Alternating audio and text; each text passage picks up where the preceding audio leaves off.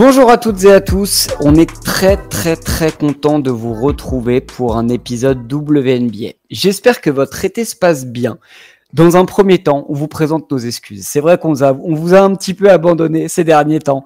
Il y a eu pas mal de changements, entre guillemets, d'activités dans l'équipe.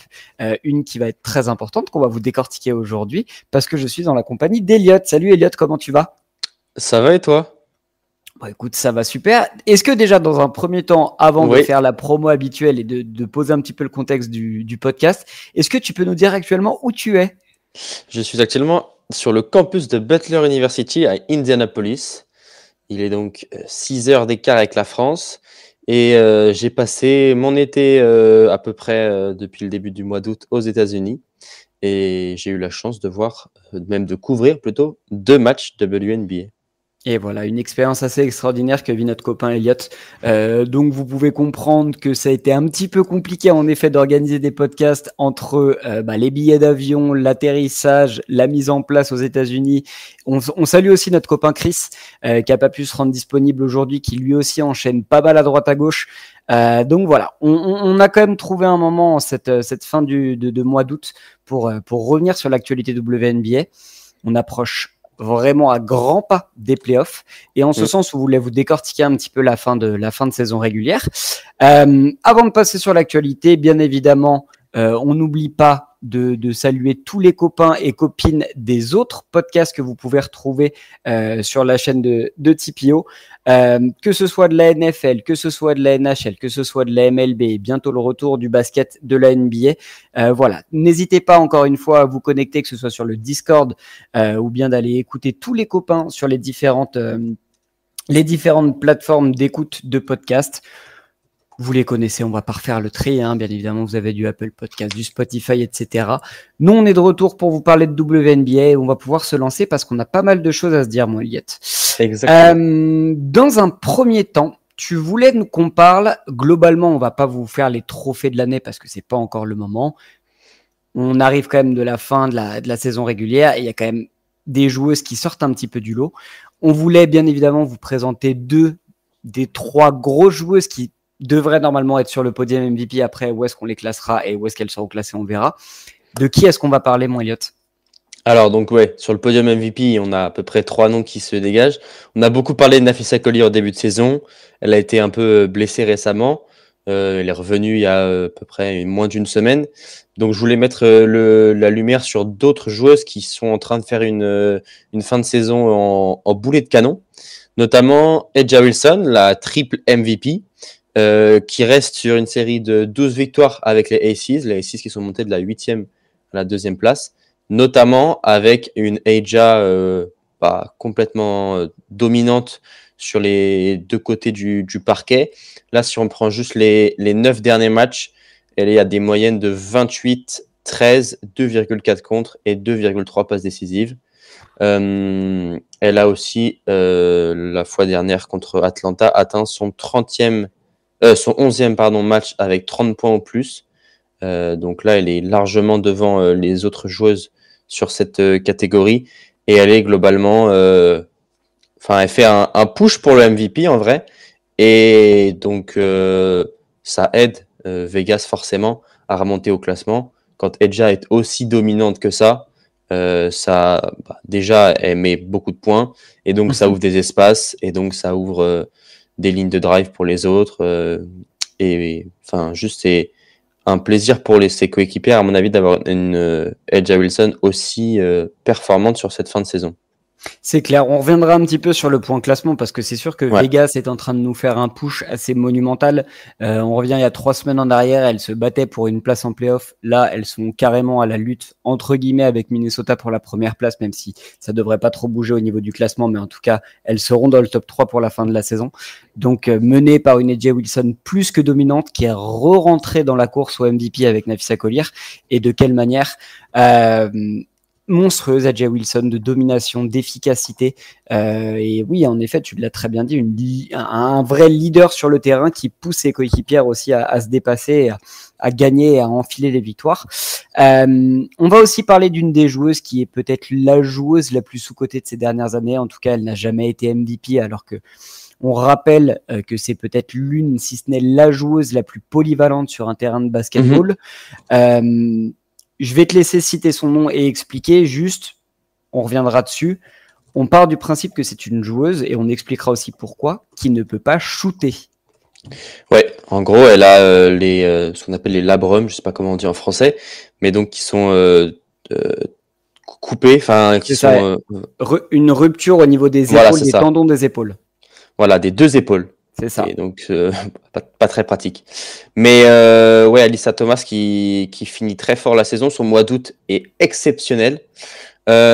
Si on prend quelques petites stats comme ça, elle est devenue la première joueuse à faire 3 saisons avec 300 passes décisives, au moins, donc 2023, 2024 et 2025. Elle a enregistré 7 triple-doubles cette saison, pour un total de 18 en carrière. Elle est largement devant les autres joueuses. Et donc, 7 triple-doubles, elle bat son propre record. Elle avait fait 6 triple-doubles sur la saison précédente. Et donc, elle est vraiment complètement la reine du triple-double en WNBA. Si on prend une autre... celle-là, elle est dingue. Et elle a fait un match en 10 points, 15 rebonds, 15 assists. Donc, c'est complètement lunaire. Et elle est du coup devenue la première joueuse à atteindre ça. Et elle est aussi en passe... ça, c'est la stat ESPN, comme on l'appelle. Avec comparaison avec les joueurs NBA, elle est en passe de rejoindre Magic Johnson, LeBron James et Nikola Jokic en tant que seule joueuse à avoir des moyennes de 15 points, 9 passes décisives, 8 rebonds et 1 interception, avec 50% de réussite au tir.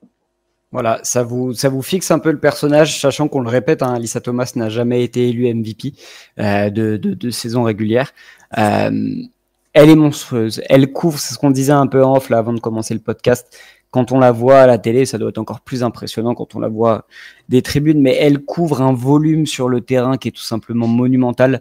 Elle a toujours eu cette petite barrière en play-off pour passer le cap, et notamment, on en parle assez souvent, contre sa bête noire qui est Brianna Stewart du Liberty, sa pire ennemie finalement. Et on aimerait bien qu'elle se retrouve d'ailleurs sur les playoffs, c'est pas impossible. On verra ça dans le point classement, mais clairement, Elliot, si on fait un focus potentiellement sur un podium MVP, est-ce qu'on peut dire que AJ Wilson et Alyssa Thomas devraient accompagner Napheesa Collier sur ce podium?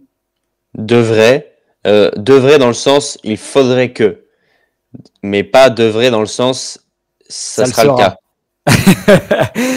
On en reparlera plus tard parce que, comme vous le savez, tous les ans, les podiums et les trophées sont source de discussions et de conflits en interne et pour les suiveurs. Donc, on verra bien ce que ça donne, mais c'est sûr que ces deux joueuses sont régnantes et dominantes et sont leaders tout simplement de leur équipe qui, on verra pour Phoenix, pour Vegas, normalement ça devrait être bon, devrait avoir l'avantage du terrain pour le début des playoffs. On a fait un bon petit tour sur ces deux joueuses dominantes. Je te propose qu'on enchaîne sur un petit point classement. Ouais, totalement. On l'a dit du coup sur le début de podcast, Minnesota et Vegas qui ont validé leur billet qualificatif. Minnesota ne se fera pas rattraper et terminera première de saison régulière. Vegas qui a créé un petit matelas aussi avec la 3e place et un calendrier plus qu'abordable pour la fin de saison, donc devrait terminer 2e. Par contre, derrière, c'est un petit peu la course, c'est un petit peu la bataille entre la 3e et la 5e place. Sur ces places-là, on retrouve Atlanta, Phoenix et le Liberty. Juste pour faire un point sur le top 5, comme ça, toi, qu'est-ce que tu vois globalement? Est-ce que quel, entre guillemets, c'est ce que je posais aussi hier lors du Space à nos auditeurs, quel serait le couillon de ces trois équipes qui se retrouveraient à ne pas avoir globalement l'avantage du terrain sur la fin de saison? New York, probablement. New York, probablement, qui a pas mal de joueuses blessées et qui n'a pas pu avoir l'intégralité de son effectif depuis l'arrivée d'Emma Messman. Oui, c'est ça. Ouais, non, en vrai, les trois équipes sont vraiment dans un mouchoir de poche. Atlanta et Phoenix ont le même bilan en 24-14 et New York est en 24-15. Donc, elles ont déjà, entre guillemets, une défaite de plus au compteur. À voir, oui, aussi, elles ont joué le dernier match avec peut-être, je crois, 8 ou 9 joueuses disponibles, même pas. C'est ça. sans Sabrina Ionescu, sans Tash Cloud. Brianna Stewart est de retour de blessure. Ça va être important pour elle de pouvoir se remettre un peu dans le rythme sur la semaine et demie et 2 semaines qui restent avant les playoffs. Mais globalement, ouais, je pense que New York va sûrement finir 5e. Après, à voir entre Atlanta et Phoenix qui arrive à choper ce 3e spot qui offre une match-up plus simple, entre guillemets, parce que ni Atlanta ni Phoenix veulent tomber contre New York en playoff, à mon avis. C'est évident, parce que malgré les enchaînements de blessures, New York, champion en titre, reste une équipe, quand elles sont au complet, plus que redoutable. Là, on parle aussi tu as parlé des absentes, il y a aussi Jonquel Jones qui n'a pas joué hier. Bon, après, c'était un match assez facile contre Washington. Je pense qu'il y a aussi pas mal de joueuses qui ont été mis au repos par précaution, mais c'est sûr que c'est pas évident. On va poursuivre un petit peu au niveau du classement. Il reste encore un micro-espoir, j'ai envie de dire, pour les Sparks, pour aller attacher le wagon des playoffs. Sur les places 6, 7 et 8, on retrouve Indiana, Seattle et Golden State. Avec un bilan relativement équilibré, ça joue sur du 20-18, 21-19, 19-18, enfin voilà, des bilans qui sont à l'équilibre avec généralement 52 à 55% de win, là où les Sparks, avec 3 matchs de retard sur ces prétendantes-là, sont en 17-19. Je te pose la question, est-ce que tu vois le miracle se faire après le gros push des Sparks sur la fin du mois de juillet, le début du mois d'août, et là elle cale un petit peu. Est-ce que tu vois les Sparks aller chercher une place en playoff, ou est-ce que selon toi, Indiana, Seattle et Golden State devraient assurer et assumer leur statut sur la fin de saison? La question, c'est, pour moi, ça serait autour de Golden State, parce que elles ont un calendrier qui est pas simple. Elles ont 2 matchs qui sont gagnables, et si elles les gagnent, ça ira, puisqu'elles jouent Washington, Indiana, New York, Dallas, Minnesota, Seattle, Minnesota. Donc, si elles prennent les matchs contre Dallas et Washington, ça peut le faire. Sinon, les Sparks peuvent éventuellement progresser et passer devant Golden State, mais elles n'ont pas non plus un calendrier facile, elles non plus. Elles jouent 2 fois Atlanta, 1 fois Las Vegas et 1 fois Phoenix, 1 fois Seattle aussi. Ouais. Donc voilà, on a pas mal de matchs qui vont être charnières, qui vont compter double sur la fin de saison, notamment ce soir. On a un Los Angeles-Indiana, qui est donc des équipes qui sont pas très loin au classement et qui peut faire du bien à Los Angeles si elles le prennent. Et Indiana, elles peuvent conforter leur place. Après, Seattle est dans la même différence qu'Indiana. Donc, c'est très serré. Très serré, ouais. C'est vrai que c'est une fin de saison haletante. Franchement, on se régale depuis le début de saison parce qu'il y a peu d'écarts qui se sont faits au niveau des équipes. Et là, jusqu'au bout, on va avoir une lutte acharnée entre ces équipes-là. On peut parler aussi des équipes qui sont d'ores et déjà éliminées et une équipe c'est une question d'heures et de jours. Dallas, Chicago et Connecticut prennent les 13e, 12e et 11e places du classement. Washington ne devrait pas aussi bouger de cette 10e place. Il y a un écart qui est fait avec Connecticut et je pense que les Sparks devraient quand même lutter jusqu'à la fin pour les playoffs. Est-ce que tu veux qu'on dise un petit mot? Moi, j'ai un petit mot à dire quand même. Grosse déception de Chicago. Je pense qu'on est d'accord là-dessus. Ne serait-ce qu'au niveau du contenu, mais au niveau du bilan. En revanche, pour Dallas et Connecticut, et notamment pour Connecticut sur le dernier mois, c'est vraiment des équipes devant lesquelles on se régale. Enfin, surtout Connecticut, j'ai envie de dire. Coaché par Rachid Méziane, le français. Et bien évidemment, on parlera aussi d'une joueuse française qui a rejoint cet effectif au cours de la saison et qui montre de très belles choses. Mais Connecticut qui montre de belles choses alors que c'était un peu la gimmick, la punchline du début de saison. Des équipes qui sont intéressantes et qui devraient avoir des trucs intéressants à montrer pour la saison prochaine, non? Ouais, Connecticut qui a récupéré Alia Edwards aussi, à ne pas oublier à la trade deadline, et qui peut construire quelque chose de pas mal. Avec elles seront pas très très haut à la loterie puisqu'elles étaient 3e, je crois, l'an passé. honnêtement, Connecticut, je crois qu'ils ont gagné autant de matchs sur le mois d'août que sur les 3 premiers mois, enfin les 2 premiers mois et demi de saison régulière. Donc voilà, je te laisse parler de la française parce qu'il y a des choses à dire. Une certaine Leïla Lacan, Ouais. on peut citer. Non, Leïla Lacan qui... Alors certes, c'est Impressionnante. quand on ne la connaît pas comme ça, on se dit mais elle n'a pas la joie de vivre sur son visage. C'est vrai que c'est difficile de lui sortir un sourire, mais les amis, si vous n'avez pas eu l'occasion de la voir jouer, de la voir sur un terrain à son poste, parce que Rachid Méziane ne la fait pas jouer à la main et du coup c'est quand même beaucoup mieux sur un poste comme ça de combo garde un peu poste 2. Elle est monumentale. Elle est monumentale depuis qu'elle a débarqué en WNBA. Là, elle a rejoint Connecticut fin juillet, mi-juillet, si je dis pas. Ouais, mi-juillet, ouais. Ouais, mi-juillet.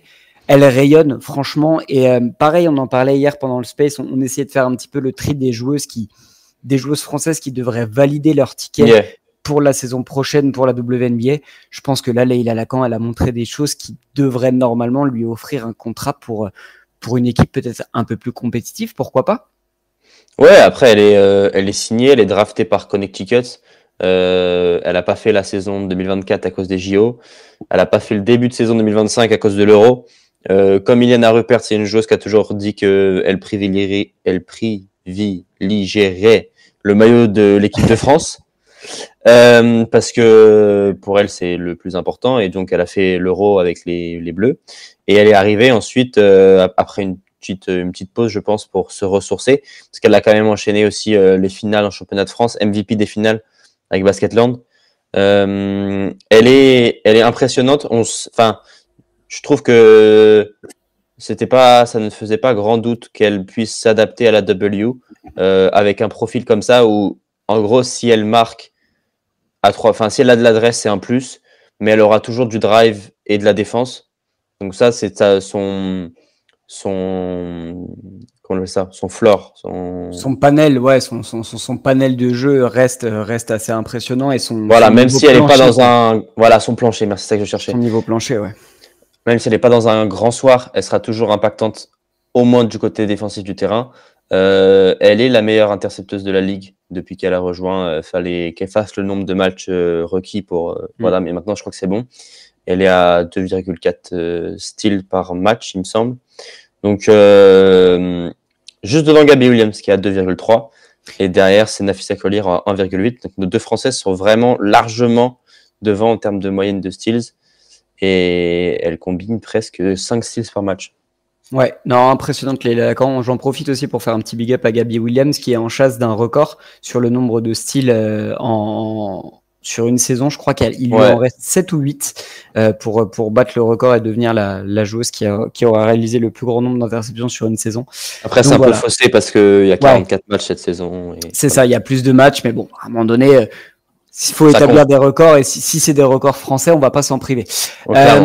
On reparlera peut-être un petit peu français aussi dans la fin de ce podcast. On va se faire une petite transition. Tu nous l'as annoncé en début de podcast. Toi, tu as rejoint le sol américain depuis maintenant plusieurs semaines et tu as eu l'occasion d'aller voir et de couvrir certains matchs. Écoute, je te propose qu'on commence dans l'ordre. Quel est déjà le premier match que tu as eu l'occasion de voir et fais-nous un petit retour d'expérience, tes sensations, comment tu vis le match dans les tribunes, quelle est l'ambiance? Comment globalement la WNBA se vit au quotidien chez les Américains, parce que nous, Européens et outre-Atlantique, on le vit un petit peu en tant que fan de l'autre côté de la télé, mais sur place, ça doit quand même être quelque chose. Alors, j'ai vécu 2 expériences très différentes. Donc, le premier match, c'était le 15 août, vendredi 15 août, je crois, à Chicago pour la réception des Valkyries. Donc, ça, c'était très cool. En termes d'organisation, c'était donc une petite salle, entre guillemets, hein, bien sûr. C'était 12 000 places, la Wintrust Arena de Chicago. Donc, c'était très accessible. C'est-à-dire que tu pouvais te balader facilement autour du parquet pour ensuite aller, vraiment juste presque comme si tu pouvais checker les joueuses sur le parquet, quoi. Ensuite, dans les gradins, j'ai été installé à peu près au 2e palier, donc plutôt bas et bien placé, dans un espèce de coin où il y avait des tables dressées pour les médias. mais c'était un peu des tables un peu, elles n'étaient pas sur des sièges, elles étaient un peu dans le couloir. Donc c'était un peu étrange entre guillemets. Voilà. Après j'ai pu assister à la conférence de presse des Valkyries. J'ai choisi les Valkyries plutôt que Chicago parce que la particularité en WNBA, c'est que les deux conférences de presse se font en même temps. Et donc, tu ne peux pas assister aux deux. Elles sont dans deux pièces différentes en même temps. Donc, j'ai privilégié les Valkyries. J'ai pu poser quelques questions à Nathalie Nakassé. Et aussi, surtout, j'ai pu faire une petite interview de Carla Leight et Janelle Salin, qui sont à retrouver sur le Insta ou le TikTok de The Playoff. Faudra rescroller un petit peu puisque c'était il y a 2 semaines. Mais si ça vous intéresse de voir nos Frenchies parler de leur expérience, les réponses étaient vachement intéressantes et les échanges étaient super cool. C'est des joueuses vraiment très accessibles, très gentilles. Voilà, donc ça c'était super. Et après, donc mon deuxième match c'était à Indiana, là mardi, Seattle contre Indiana. Et là, tu sens que c'est pas du tout la même organisation, puisque c'est une salle NBA, le Gainbridge Fieldhouse, qui a un tout petit peu moins de 20 000 places. Et là, le bruit était vraiment dingue. C'est-à-dire que ils ont mis les panneaux Make Some Noise, mais t'avais pas vraiment besoin de l'indiquer. Le public était déjà en délire. Surtout quand début de match, Kelsey Mitchell prend feu. Le public est hystérique.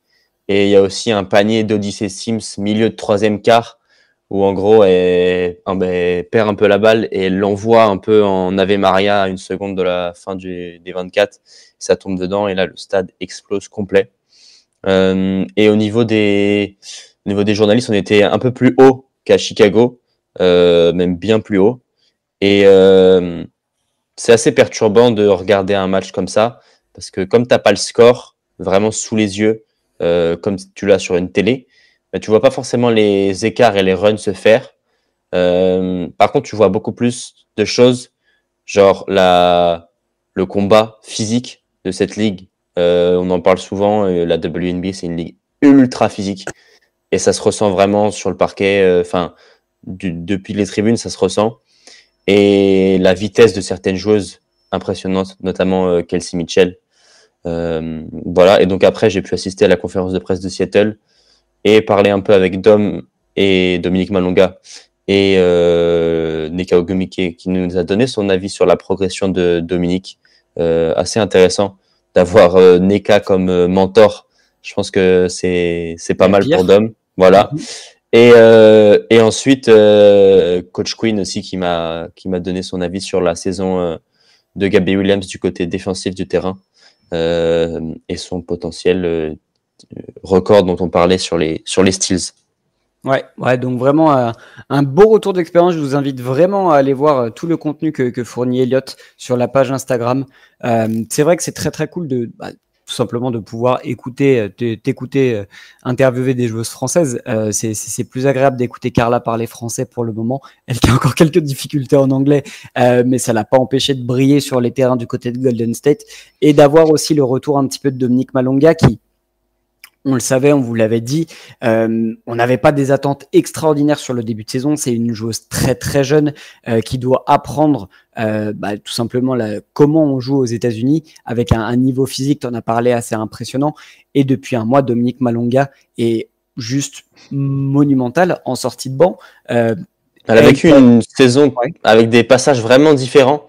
Et je pense que pour elle aussi, c'était assez compliqué parce qu'elle pouvait jouer vraiment 5 minutes, 3 minutes ou 12, 13. Maintenant, elle joue plus autour de 17, 18. Ouais. Et c'est vrai, comme tu le dis, elle a vraiment eu une progression. Elle m'a dit que après le retour du All-Star, elle se sentait vraiment mieux. Peut-être que la pause lui a fait du bien, par exemple. Et après le All-Star break, elle a eu plus de responsabilités et donc elle a plus performé et elle s'est sentie de plus en plus à l'aise. Et c'est ça qui a fait que vraiment elle est 6e joueuse. Je crois que, elle a un des plus gros temps de jeu du banc de Seattle. Ouais. Mais donc elle se sent plutôt à l'aise dans ce rôle ce rôle de 6e joueuse qui est venu naturellement. C'est pas vraiment un rôle prédéfini. C'est au fur et à mesure de l'année des responsabilités, des blessures, des choses.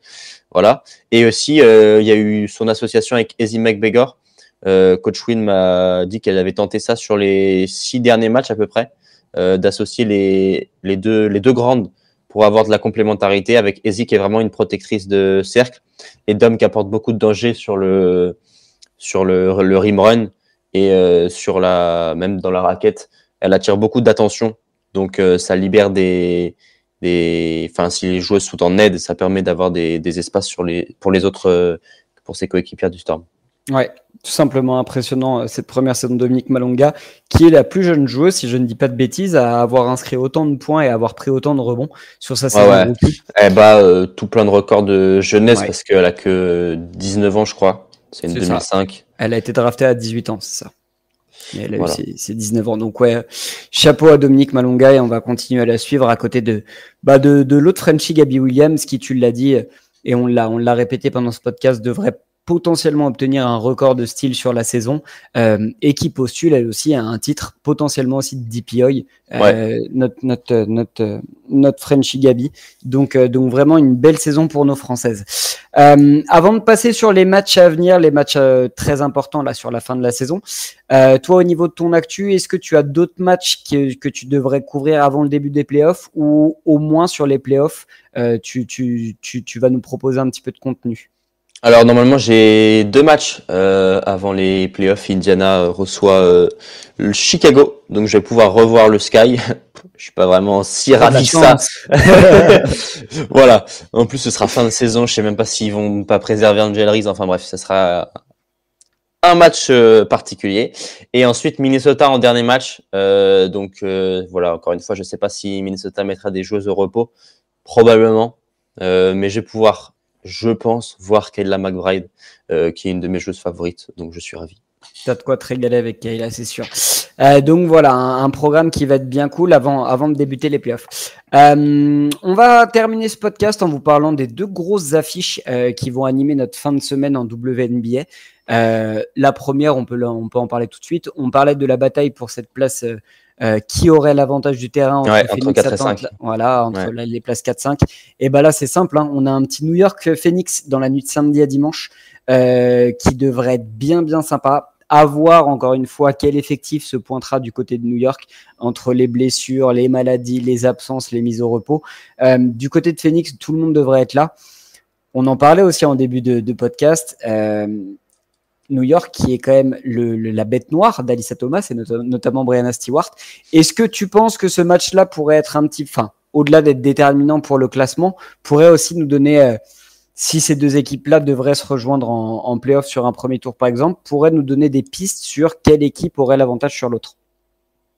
Oui, en vrai, si ça reste la série 4-5, c'est intéressant d'avoir une première avant-goût de ce qui pourrait être une série très très intéressante. On n'attendait pas New York aussi bas dans le classement, donc les voir entre guillemets galérer et affronter Phoenix, qui est un adversaire bien plus compliqué que ce qu'elles auraient pu affronter, notamment par exemple l'année dernière, elles étaient first seed et elles ont sorti Atlanta au premier tour, Atlanta qui n'était pas le Atlanta de cette saison déjà. Donc honnêtement, New York est pas dans une très très bonne posture, hein, faut se le dire, parce que Phoenix au premier tour c'est pas cadeau. Il suffit que Satou Sabali fasse un match où elle a de l'adresse et qu'Alyssa Thomas fasse un triple-double sur le match d'après. C'est une série en 3 matchs. Hein. Ça peut vite partir. Voilà, et tu dis ça avec un grand sourire en me regardant, comme vous le savez, fan de New York. Je le vis un peu mal cette fin de saison, mais je suis assez, pas serein, mais je reste ambitieux parce que quand le Liberty est au complet, ça reste quand même. Ça peut être c'est une grosse écurie. Ouais, ça reste l'effectif le plus sexy de cette ligue. Deuxième match dont on voulait vous parler, qui n'a pas forcément d'importance au classement parce que voilà, les places seront figées entre Minnesota et Vegas. Peut-être un match qui aura une importance ou pas, hein, on verra pour le titre de MVP. La rencontre entre Napheesa Collier et AJ Wilson prévue dans la nuit de jeudi à vendredi prochain. Moi, je te pose cette question-là parce que on sait que c'est des éléments qui peuvent faire parler notamment les médias là-bas sur place. On en parlait aussi un petit peu en off. AJ Wilson est peut-être la joueuse la plus dominante de la ligue et Napheesa Collier. Voilà, et Napheesa Collier avec Alyssa Thomas sont peut-être les 2 joueuses les plus complètes sur le terrain. Est-ce que tu penses que ce match pourrait avoir un impact dans le vote des médias et globalement le vote pour le titre de MVP, ou toi, dans ta tête, les votes sont déjà figés? J'ai vu un sondage récemment sur un compte américain qui mettait Nafisa Collier avec quand même une belle avance sur A'ja Wilson. Mais ça, c'était sur donc les internautes, c'est ça que je veux dire. Ouais. Et après, je sais pas si les médias américains ne voudraient pas peut-être push le narratif de A'ja 4 fois MVP. Je pense que ce match peut avoir un impact s'il y a vraiment une grosse performance.